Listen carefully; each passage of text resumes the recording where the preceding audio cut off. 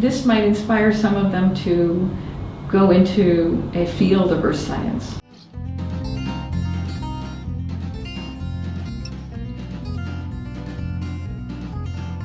We started working on an idea to connect more with local Singaporean students on earth science.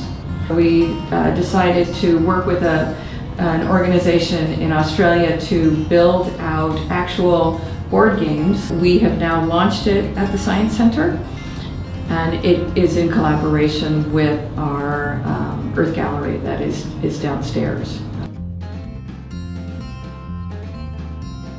Immediately they're just drawn in, they're playing, they're arguing and discussing, which is what it's all about really.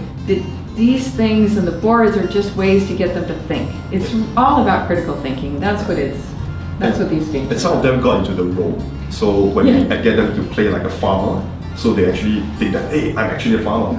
So when we get them to evacuate, so let's say the volcano is going to erupt 90% chance, they said, I'm not going to leave because if I leave, I'm going to die because I won't survive anyway. They took it very personally. They became these people. It was wonderful seeing them so engaged.